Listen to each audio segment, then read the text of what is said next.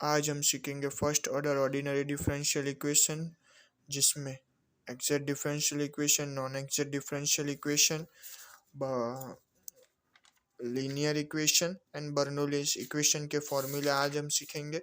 Exact differential equation में M D X, exact Bernoulli exact differential equation में M D X plus N D Y is equal to zero. ये question की pattern है। आपको question में ये mention नहीं किया होगा कि ये एग्जैक्ट डिफरेंशियल इक्वेशन सॉल्व कीजिए। इसमें सिर्फ इतना ही मेंशन किया होगा कि solve this differential equation. Exact differential equation की condition del M upon del Y is equal to del N upon del X है, जिसमें m का पार्शियल डेरिवेशन n के बराबर हो तो हम कह सकते हैं कि ये differential equation exact differential equation है। General solution M D X integration M D X plus integration term n free from x dy is equal to C. Term n free from x, ये n में हम x के कोई भी function को consider नहीं कर सकते। ये हम आप जब हम एग्जाम्पल सॉल्व करेंगे तब देखेंगे। नॉन एग्जैक्ट डिफरेंशियल इक्वेशन, इसमें भी क्वेश्चन पैटर्न सेम है, लेकिन del M upon del Y is equals does not equals to del N upon del X है। ये नॉन एग्जैक्ट इक्वेशन का कंडीशन है। हम इसको पहले एग्जैक्ट डिफरेंशियल इक्वेशन में कन्वर्ट करेंगे। इसके लिए हमें चाहिए integrated factor. Integrated factor find करने के 4 केसेस है। Case 1, only the function of y, जिसमें del M upon del Y is equal to F of Y, del N upon del X is equal to F of Y. अगर ऐसा आपको कोई function मिलता है तो आपको ये वाला formula F of Y is equal to 1 upon N is equal to del M upon del Y minus del N upon del X, आपको ये वाला फॉर्मूला लगाना है।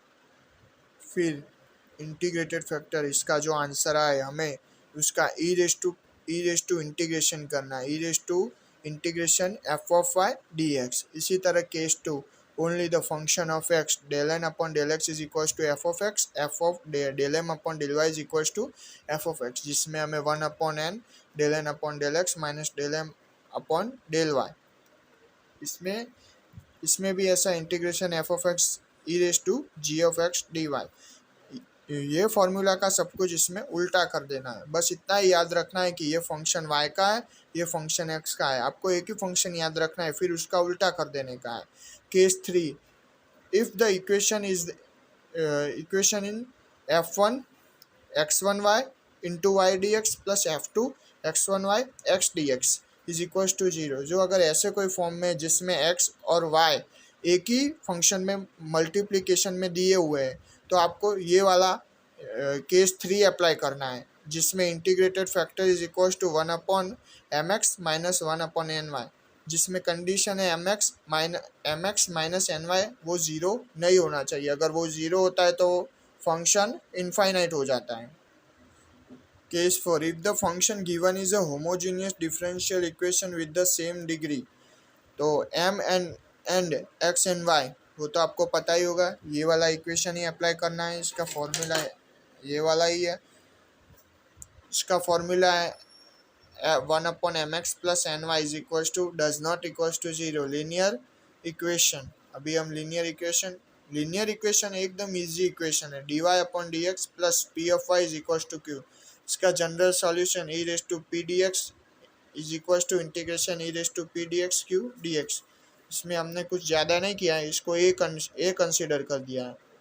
आपको पहले ये पी लेके ये फाइंड कर देने का और फिर इसको मल्टीप्लिकेशन में लगा के और ये इंटीग्रेशन कर देने का, ये आपका फाइनल आंसर है। बर्नौली इक्वेशन का फॉर्मूला है D Y upon D X plus P of Y is equal to Q Y raise to N, 1 upon Y raise to N D Y upon D X plus P raise to Y upon Y raise to N is equal to Q. इसमें condition ये है कि सिर्फ q अकेला होना चाहिए, उसके साथ कोई भी फंक्शन मल्टीप्लिकेशन में नहीं होना चाहिए। इसलिए हमने सबको डिवाइड कर दिया is 1 upon Y raise to N D Y upon D X P Y raise to N minus 1 is equal to Q. अभी कैसा लीनियर डिफरेंशियल इक्वेशन जैसा हमको फंक्शन मिल गया, हमें फिर वैसे ही y into E raise to P D X is equal to